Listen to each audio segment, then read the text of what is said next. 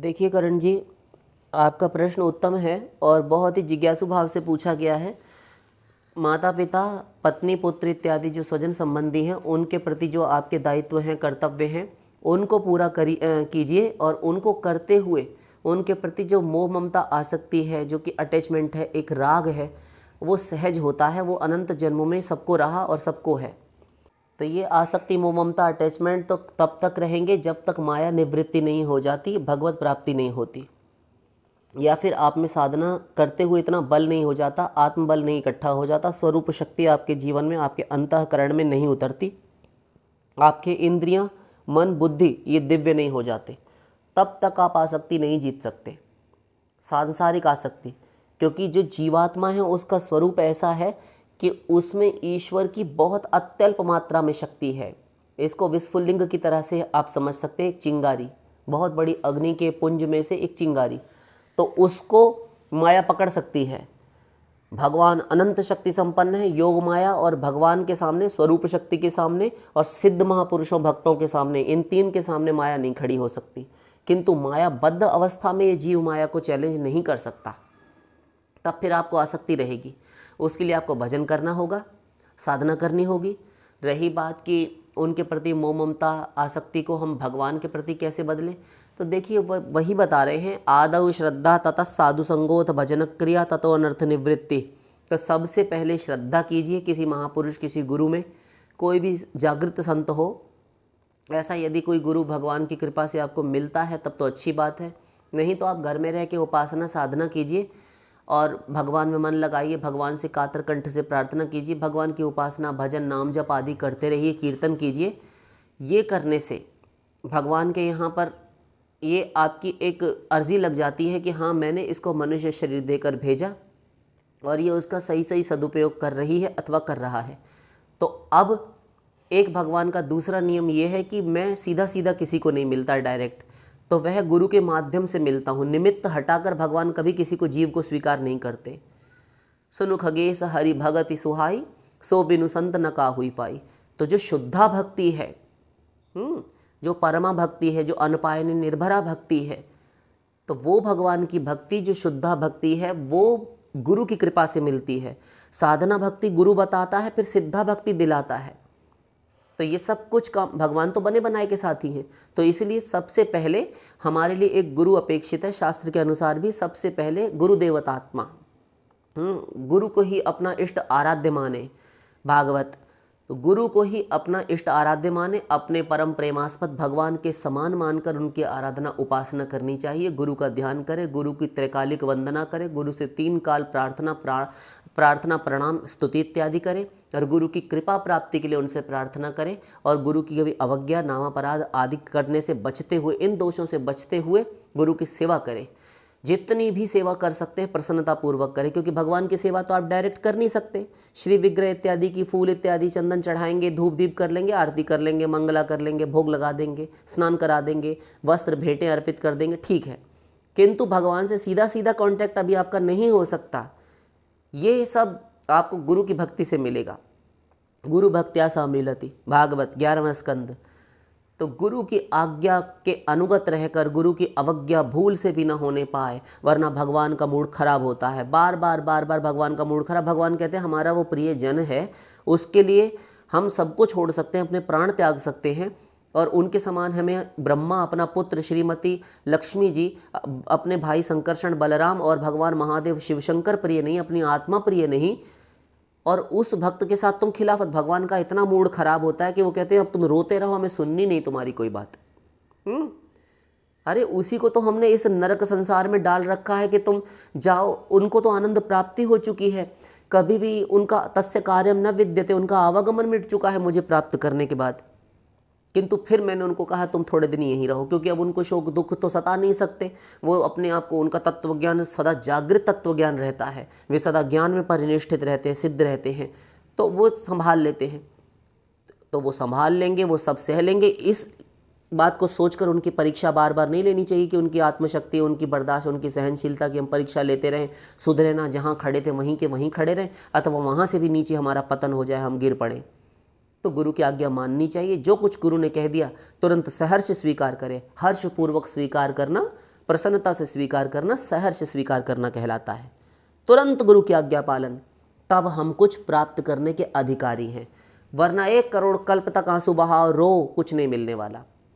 तो पहले कोई प्रथमेव किसी गुरु की आवश्यकता है जो भगवान का प्रतिनिधित्व करता हो, ऐसा कोई जागृत संत हो। उसके बाद में फिर गुरु की आज्ञा में रहकर आदौ श्रद्धा, यानी बिगिनिंग में आदि में श्रद्धा, तथा साधु संगो, फिर जिसके प्रवचन सुनते सुनते सुनते सुनते जिसकी फिलॉसफी से श्रद्धा होने लगे, जिस गुरु में जात श्रद्धा हो जाए। जब आप पहले तो किसी की जन्म जन्मांतरों में कुछ उपासना की होती है तो उसमें श्रद्धा पहले से ही रहती है। एक बार सुना मन खिंच गया, जैसे धन्ना जाट मीरा इत्यादि का, तो ये शुद्ध मन के थे पहले ही, इसी कारण इनको इसी जन्म में भगवत प्राप्ति हो जाती है। इनके पूर्व जन्मों के संस्कार होते हैं तो ये शुद्ध हो चुके होते हैं। एक बार में सुना मन खिंच गया, मान लिया। और किसी किसी का मन इतना गंदा होता है कि वह गुरु पागल हो जाए, मर जाए, लेकिन वह वहीं का वहीं रहता है, तो वह वहाँ से भी नीचे गिर पड़ता है और सोचता रहता है कि हमने बड़ा भजन कर लिया, उन्नति कर ली ईश्वरीय क्षेत्र में, तो स्वयं धोखे में रहता है।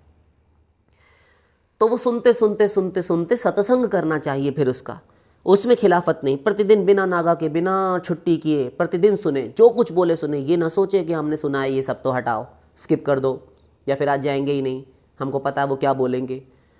कुछ ये सब पता वता निकल जाएगा जिस समय कुसंग आके घेरेगा, जरा से यार दोस्त तुमको मिले और सब गड़बड़ कर देते हैं वो लोग। और कुसंग मन के अंदर आया, सारी साधना जो थोड़ी बहुत की भी थी उसकी साधना की पूंजी भी नष्ट कर गए सांसारिक लोग, यार दोस्त आके। तो नहीं करना चाहिए। तो श्रद्धा आ जाती है सुनते सुनते, तब लगने लगता है कि हाँ ये सही है, हमको अच्छे लगने लगे इनके शब्द, और हमारा उद्धार होगा तो यहीं से होगा, हमारा काम बनेगा, हमारी बिगड़ी बनेगी, हमारी बात बनेगी तो यहीं से बनेगी। बस वो ततश साधु संगो, फिर उनका संग करने लगता है। अब उनके बिना रहा नहीं जाता, अब उन्हीं के पास दौड़ दौड़ कर जाता है। अथ भजनक क्रिया, तब उनको गुरु प्रत्यक्ष बोलकर स्वीकार करता है, तब वह आपको शिष्य बनाएगा। अथवा कई बार ऐसा होता है कि ना भी बनाए, किंतु अब जब आपका मन लग गया तो उसने जो उपदेश किया है वो आज्ञा मानो। आज्ञा मानते मानते साधना करो, और जब मन परिमार्जित होगा आपका, क्योंकि चौथा है आदव श्रद्धा तथा साधु संगो अथ भजन क्रिया, तो साधु संग किया तो भजन प्रैक्टिकल होगा। गुरु कहेगा ये करो पालन, ऐसा ऐसा करो, तो करने लगे आप। तो जब भजन सही सही आप करेंगे, गुरु अवज्ञा करेंगे नहीं, नाम अपराध करेंगे नहीं, सेवा अपराधों से बचते रहेंगे, कुसंग करेंगे नहीं, तब फिर आपकी चौथा सोपान पर आप आ गए। वह चौथे सोपान पर आपके चरण पड़ गए, आपकी पहुंच हो गई चौथी सीढ़ी पर। वो क्या होता है? अनर्थ निवृत्ति। तब आपके प्रारब्ध संचित क्रियमाण नष्ट होना शुरू होते हैं, और जब पाप नाश हो रहे हैं, जब गंदगी छूटने लगी तो बर्तन साफ हो जाता है, तो पात्र तैयार होने लगा। अब आपका भजन में सही सही मन लगता है, तब 5वां सोपान, 5वीं सीढ़ी, 5वां लेवल है ततो निष्ठा। फिर निष्ठा आ गई गुरु वाक्यों में और भजन में। पहले मक्कारी करता था, प्रमाद करता था, कभी करता था कभी नहीं करता था। एक दिन सत्संग सुना, 1 महीना नहीं गए। एक दिन सत्संग किया, 6 महीना नहीं गए, मन ही नहीं होता जाने का। एक दिन 5 माला की, एक दिन 11 की, एक दिन 16 माला की, एक दिन 64 की, एक दिन 1 माला की, अगले दिन बिल्कुल नहीं की, और कई दिन नहीं की। फिर ये होता है। तो ये नाम अपराध के लक्षण हैं, दोष है। गुरु अवज्ञा करने के कारण ये सब दोष होने लगेंगे, भजन छूट जाएगा आपका। ये उसके सिम्टम्स हैं, उसके लक्षण हैं, ये इंडिकेशंस हैं, ऐसा कह सकते हैं आप। तो आपको सावधान रहना है। कुसंग क्या क्या होता है? व्यर्थ की पुस्तकें नहीं पढ़नी, व्यर्थ की गंदी गंदी चीज़ें सोशल मीडिया पे नहीं देखनी, कोई भी बात, खबरें, न्यूज़, ये सब बंद करना होगा। लौकिक पत्र पत्रिकाएं, समाचार पत्र, कोई भी मैगजीन्स नहीं देखनी, व्यर्थ के गॉसिप्स नहीं करने, व्यर्थ का खाना पीना नहीं है ऊट पटांग। अपनी माँ बाप, बेटा, स्त्री, पति, अपने माता पिता से, सगी माँ, सगे पिता, सगी भाई बहन इत्यादि से भी फालतू बात नहीं करनी। केवल काम काम की बात केवल रखे। हूँ हाँ में नपा तुला परिमित बोले और वहाँ से चल दे। सबका मन रख दे, सबकी सेवा कर दे, किंतु अपना लक्ष्य सोचे रखे कि ये हमारे नहीं हैं, ये हमें सदा के लिए नहीं मिले हैं। काल आके अभी या तो इनको या हमें किसी को मार दे, समाप्त कर दे, तो हमें छोड़कर अपने कर्मानुसार दूसरे किसी शरीर में जाना पड़ेगा। और जिस शरीर में जाएंगे वहाँ के दूसरे लोग हमारे दूसरे जीव माता पिता बन जाएंगे, हम किसी और के पुत्र बन जाएंगे, पति पुत्र भाई इत्यादि बन जाएंगे। इसी प्रकार अनंत जन्म के संबंधी हमारे छूट गए, तो वो ममता समाप्त हो गई, तत्व ज्ञान आ गया। ऐसे करके जीतना चाहिए, और शेष समय भगवान की उपासना में लगानी चाहिए। और फालतू की किताबें मत पढ़ो, व्यर्थ के ग्रंथ मत पढ़ो, रामायण गीता भागवत ये सब पढ़ते रहना बिना मतलब में, क्वेश्चन पे क्वेश्चंस बनेंगे, डाउट पैदा होंगे, संदेह भ्रम पैदा होंगे, गुरु के पास प्रश्न ले लेकर बिना मतलब के पहुंचोगे।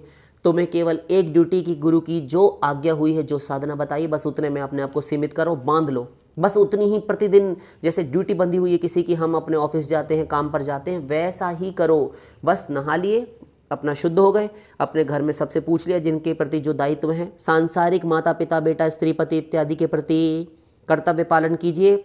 इनको अपना मत मानो, अपने आप को इनका मत मानो, ये केवल ड्यूटी करनी है। और संसार केवल शरीर ही मांगता है आपका, मन कोई नहीं मांगता। मन भगवान में रहे, ऊपर से कर्मयोग कीजिए, भगवान में मन रहे, तन संसार को दिए रखिए, और उनको देने के बाद यदि बच जाए तब फिर आप एकांत में शरीर से भी पूजन कीजिए, भगवान का भी, शरीर इंद्रिय से।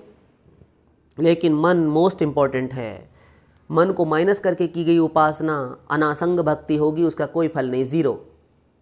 तो एकांत में चाहे 1 ही घंटा दीजिए, किंतु अपना परमार्थ बना लीजिए। इतना 1 घंटा देने से आपको ये रहेगा कि हाँ अगला जन्म कुछ सुधरेगा। इससे भगवत प्राप्ति नहीं होनी, क्योंकि शेष हमने 23 घंटे मक्कारी की, माता पिता बेटा स्त्री पति यार दोस्त और सोशल मीडिया, इन सबको, जिनसे हमारा कोई साधना ही स्वार्थ।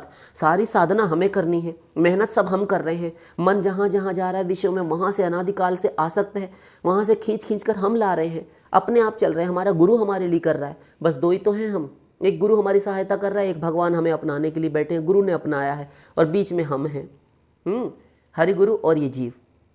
कौन है फिर हमारा यहाँ पर हमारी रक्षा सहायता करने वाला, हमारा परित्राण दुखों से करने वाला?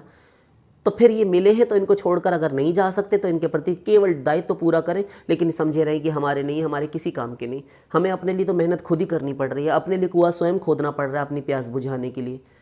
तो हमें अपना उद्धार स्वयं ही करना है। तो ये हमारे क्या लगते हैं, सारा रास्ता तो गुरु ही झाड़ बुहार सकेर कर हमारे लिए साफ कर रहा है।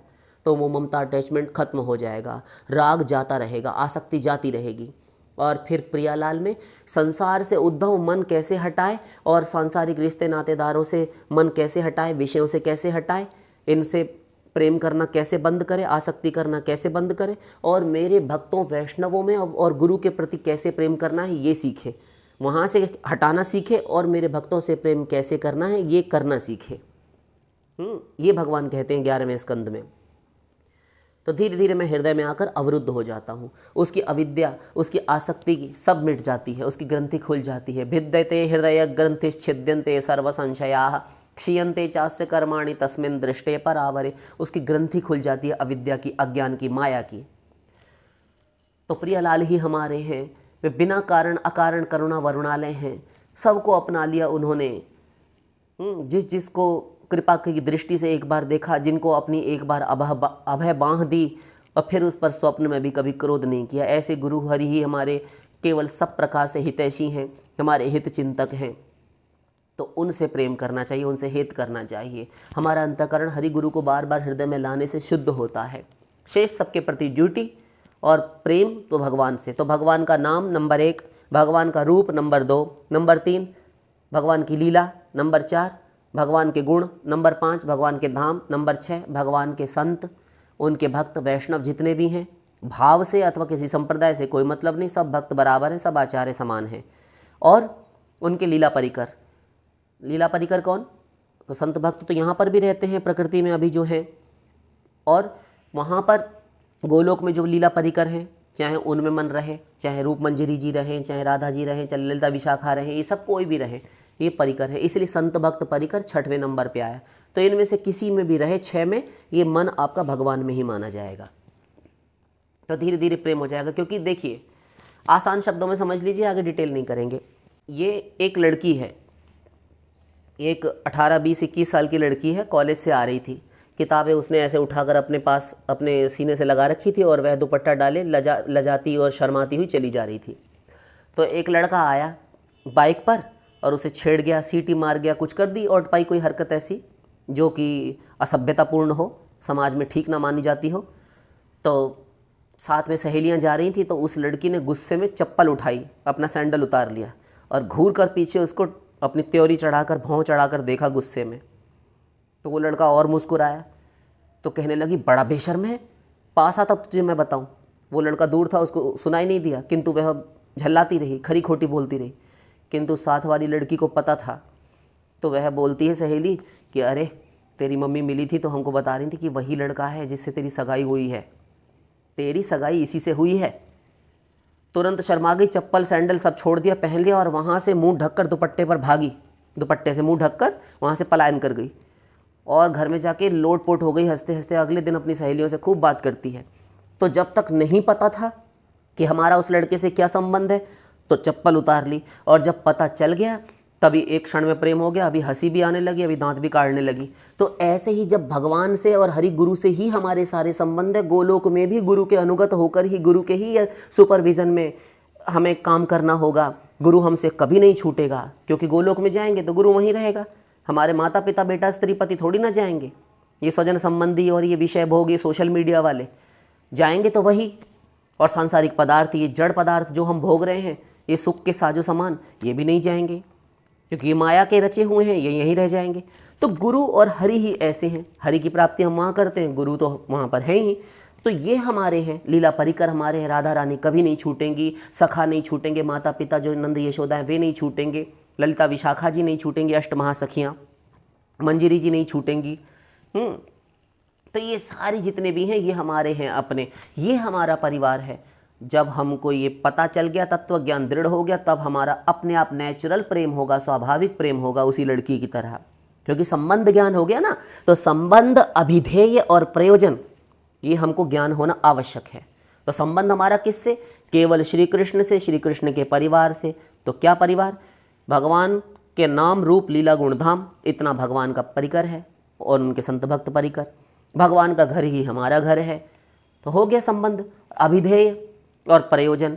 तो अभिधेय क्या होता है? अब उस संबंध को दृढ़ करने के लिए कोई मार्ग होना चाहिए, वहाँ जाने के लिए कोई कैसा रास्ता है, रूट क्या है, कौन से रास्ते से हम जाएंगे, जाया जा सकता है, ये पता होना चाहिए। कौन सी ट्रेन जाती है, तो वो हुआ भगवत भक्ति मार्ग, उपासना मार्ग, गुरु के द्वारा बताई हुई साधना, इसको कहते हैं अभिधेय। और प्रयोजन, क्यों जाना चाहते हो? अरे उनसे हमारा संबंध है। अरे संबंध है, ठीक है, वो तो सबका संबंध है, चीटी का भी है, वो भी एक दिन मनुष्य शरीर प्राप्त करेगी। तब भगवत भक्ति यदि किसी संत की कृपा से उसने की तो वह भी प्राप्त कर लेगी। किंतु तुम क्यों पाना चाहते हो, क्यों जाना चाहते हो वहाँ? अजी हमारे जीवेर स्वरूप है कृष्ण नित्य दास, उनका दासत्व ही इस जीव का स्वरूप है, हम उनकी सेवा करेंगे। हाँ, सेवा करेंगे, ये है प्रयोजन, ये है सही सही मुक्ति, इसको कहते हैं मोक्ष। तो समझ गए, संबंध, अभिधेय, प्रयोजन, इन तीन तत्वों का ज्ञान होना परमावश्यक है। आशा करते हैं आप समझ गए होंगे। तो भगवान हरि गुरु में ही हमारी आसक्ति रहे, क्योंकि इन्हीं से हमारे सारे काम बनने हैं और गुरु से भगवत प्राप्ति होनी है। अंत तक गुरु हमारा साथ देता है, इसलिए उससे हम खिलाफत ना करें यदि मिल जाए तो। और शेष भगवान बने बनाए के साथी हैं, जब बन जाएगा सब सहयोग तो भगवान आ जाएंगे, फिर वे भी सदा को मिल जाते हैं। तो ऐसे आसक्ति जीते कि ये हमें केवल ड्यूटी करने के लिए मिले, सबका मन रखे, किसी को कड़वा ना बोले, कुछ ना बोले, सुन ले। कोई कड़वा बोलता है सुन ले, जाने रहे कि ये बदमाश है, मक्कार है, हमारी माँ, हमारा बाप, बेटा, स्त्री पति, मुंह से उच्चारण ना करे। यदि बोल दिया तो कहेंगे तुम हमारी कमाई हुई दाल रोटी खाते हो, हम तुमको पढ़ाते लिखाते हैं। तो फिर स्वार्थी तो तुम भी हो, तो फिर आपको पिंच करेगा, तो लड़ाई झगड़ा होगा। और भक्ति में लड़ाई झगड़ा मत करो, चुपचाप अपना काम बनाओ, लेकिन भीतर होश में रहो कि ये सब स्वार्थी हैं, हमारे मतलब के नहीं है, क्योंकि हमारे लिए कुछ कर ही नहीं सकते, हमारे लिए तो हमारा गुरु कर रहा है सब कुछ, तब काम बनेगा। आशा करते हैं आप समझ गए होंगे। जहाँ स्वार्थ होता है वहाँ अपने आप नेचुरल प्रेम हो जाता है, और हमारा स्वार्थ केवल हरि गुरु से ही है, शेष फिर